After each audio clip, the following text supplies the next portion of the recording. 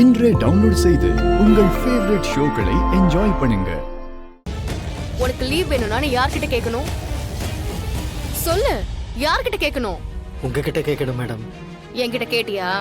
இல்ல மேடம், அது உனக்கு லீவ் இல்ல, உள்ள போய் வேலையை பாரு.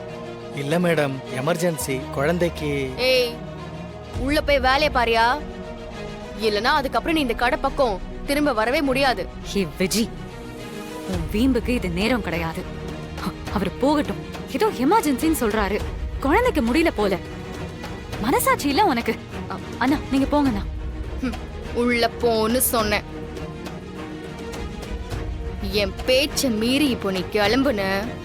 எமர்ஜென்சி மேடம், ப்ளீஸ் புரிஞ்சுக்கங்க. அட, முடியாதுன்னு சொல்லிட்டு இருக்கேன், திரும்ப திரும்ப சொன்னதே சொல்லிட்டு இருக்க.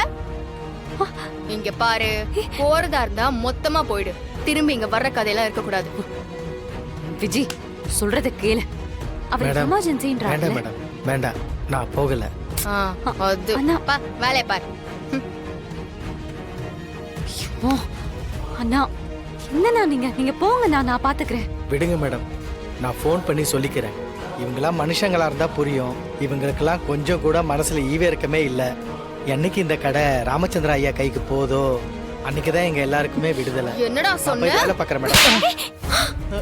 விஜி போடா. ஏன் முன்னாடி இப்படி பேசிட்டு இருக்க? எவ்வளவு திமிரு? போடா.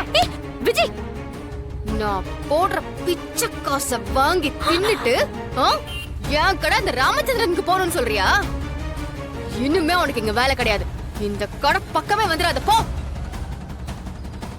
ஏய், இவனுக்கு மட்டும் இல்ல, இந்த கடையில என்னை எதிர்க்கிற யாருக்குமே வேலை கிடையாது. ஏய், யார் மேலடி கை வச்ச? இவர் எத்தனை வருஷமா இந்த கடையில வேலை பாக்குறாருன்னு தெரியுமா? இத பாரு, நீ நினைக்கும் போதெல்லாம் இங்க இருந்து யாரையும் வேலையை விட்டு அனுப்பிட முடியாது. ஏன் கத்துற? ஒன்னால முடிஞ்சா கேஸ் கொடுத்துக்க, நான் பாத்துக்கிறேன். அதையும் மீறி அந்த ஆளு இங்கதான் வேலை செய்யணும்னா ஃப்ரீயா வேலை செய்யட்டும். நான் தானே சம்பளம் கொடுக்கணும். 10 காசு கூட கொடுக்க மாட்டேன். போய் வேலையை பாரலாம்.